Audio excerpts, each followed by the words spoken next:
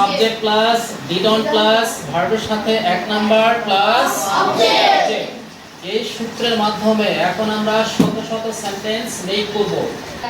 বাংলা বাক্যের শেষে যদি নি অথবা নাই কথাটি উল্লেখ থাকে তাহলে দুইটি টেন্স হবে, প্রেজেন্ট পারফেক্ট টেন্স আর হচ্ছে পাস্ট ইনডিফিনিট টেন্স। এই দুইটি টেন্স হবে। আমি কাজটি করিনি, আমি কাজটি করিনি। আমি পানি পান করিনি, আমি পানি পান করিনি। আমি স্কুলে যাইনি, আমি স্কুলে যাইনি।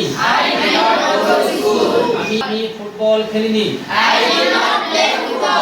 আমি ফুটবল খেলিনি।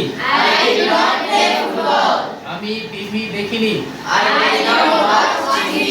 আমি টিভি দেখিনি। আমি মাছ ধরিনি, আমি মাছ ধরিনি।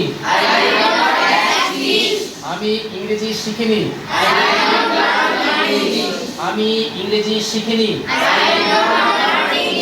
আমি কাজটি করিনি, আমি কাজটি করিনি। আমি ফুলটি পছন্দ করিনি, আমি ফুলটি পছন্দ করিনি। আমি রহিমকে সাহায্য করিনি, আমি রহিমকে সাহায্য করিনি। আমি রহিমকে সাহায্য করিনি।